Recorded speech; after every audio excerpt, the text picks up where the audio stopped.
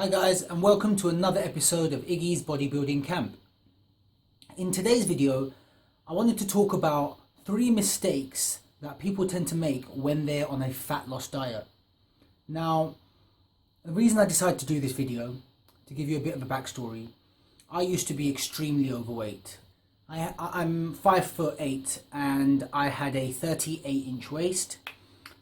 I weighed around 90 odd kilos, and you could say most of the weight was just fat. There was very little muscle there.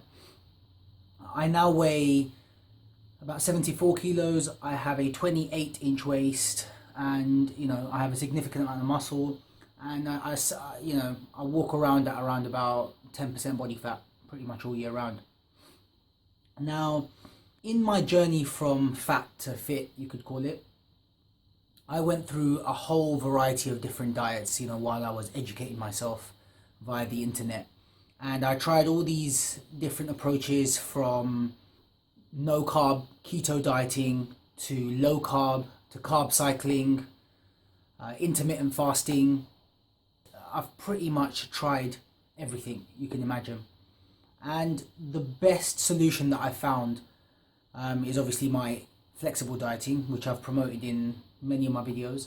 But I made so many mistakes along the way that cost me emotionally, physically, mentally, and these are all things that I wanted to pass on in this video, so people who are on a similar journey don't make the same mistakes.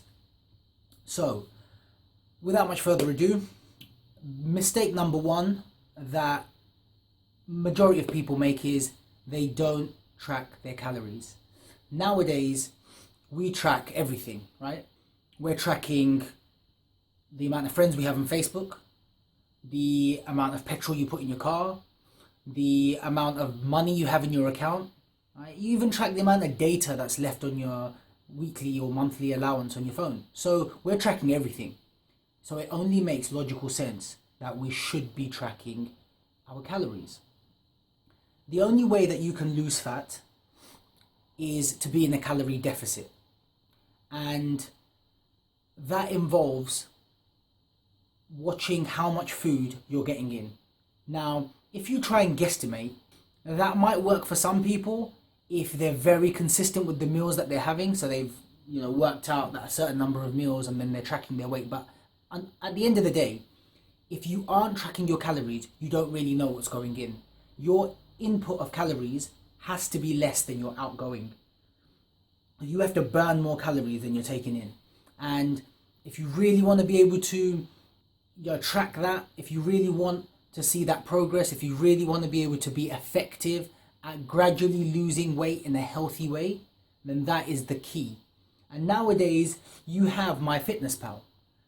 It is the best app. It's easy to use. You can track your weight, you can track your calorie intake, you can track your macros, you can input your own kind of calories if you make a recipe of something. You can scan barcodes with it, right? If you download the app on your phone, it's available on iPhone and on Android. So there is no excuse, guys. Track your calories. Understand what you're getting in. Understand the nutritional content of food. You'll be surprised. A tablespoon of peanut butter, which is nothing, is packed with calories. 120 calories in that tablespoon. If you were to have a big bowl of vegetables, it's like a meager 100 odd calories. You're going to feel satiated. And that's the key, understanding food and understanding your calorie intake.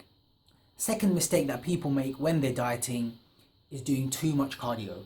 Now, there is a right type of cardio and there is a wrong type of cardio.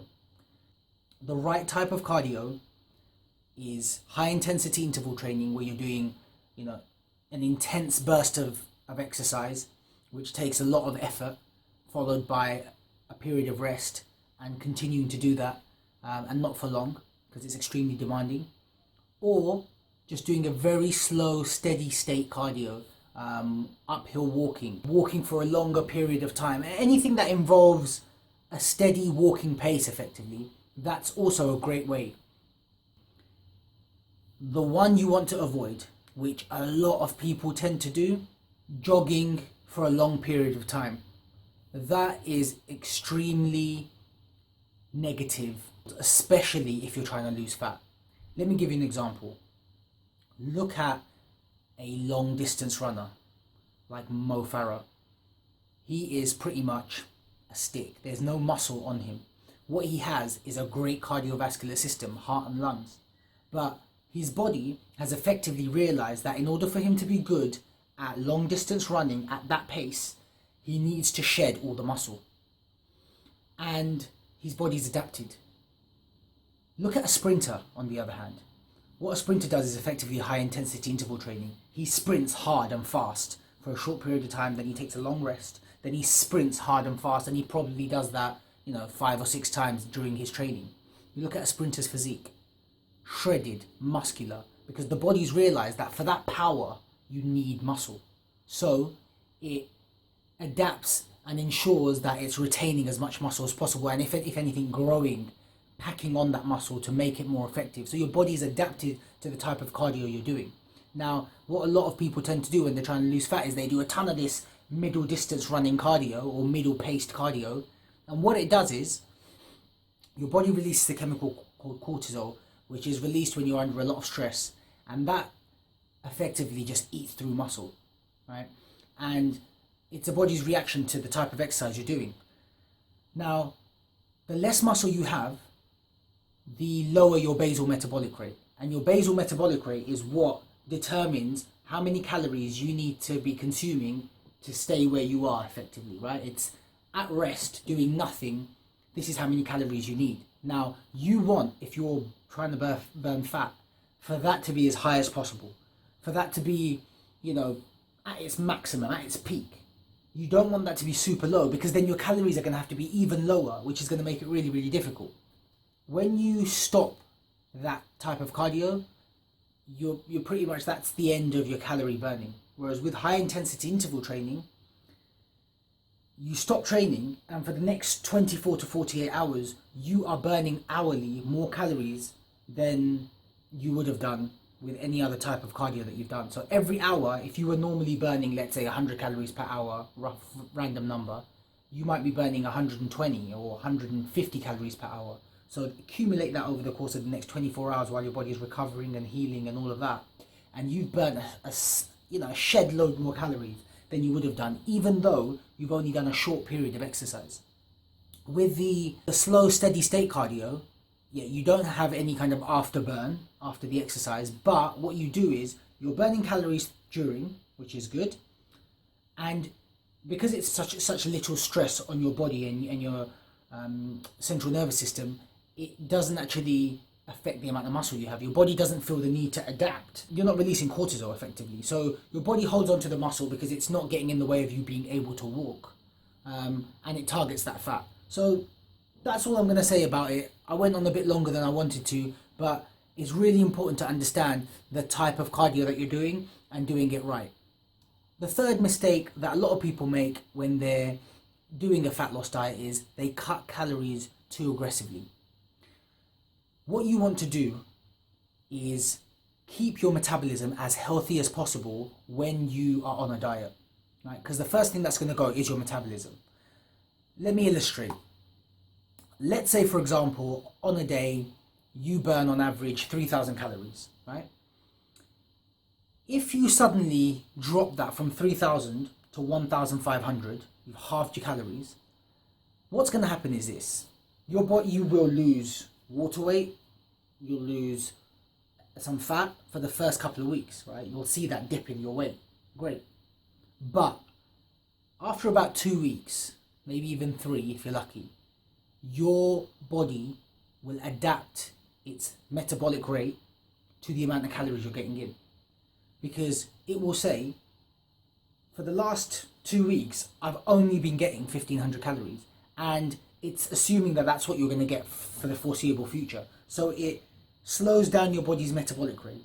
So where you were previously burning 2,500 calories at rest, plus 500 calories for exercise, taking it up to 3,000, now you'll only be burning like 1,500 calories at rest. Okay? So your metabolic rate drops which means you're burning less calories at rest, which means that the calories that you've now come down to isn't enough for you to keep losing weight. Okay, so then effectively what you're going to have to do is you're going to have to drop your calories again, because as your metabolic rate adapts to the lower calories, your fat loss is going to plateau. So you're going to have to then cut your calories again, and then you're going to see some fat loss again. But then your body's metabolic rate is going to adapt again. Then you're going to have to cut calories again. And now your calories are getting ridiculously low. You're on like 1,000 calories, let's say, which is just, it's bad for your metabolism. So your metabolism has just died on you, right? And because of that, you're not eating enough calories, so your training's going to suffer, your sleep's going to suffer, your body's ability to repair and heal, everything's going to suffer. So you're basically taking one step forward with the initial fat loss and then taking 2 steps back because your metabolism's plummeted. What you want to do is reduce your caloric intake a little bit at a time, so you have somewhere to keep going without damaging your metabolism. So let's say you burn 3,000 calories a day, you cut your metabolism, you cut your calories, so you're only eating, let's say, 2,500 calories, and then you start seeing this fat loss. When it plateaus, you drop a couple hundred calories again. Then you'll start seeing that fat loss again. When it plateaus, you can drop again, but you're only dropping a little bit at a time.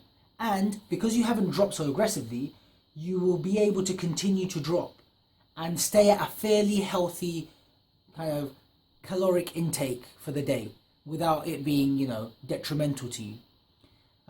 My personal view is the absolute lowest that you should ever go to is about half of what you would normally be taking in. To maintain body weight, if you're at 3,000 calories a day, then you should never be less than, say, 1,500 calories.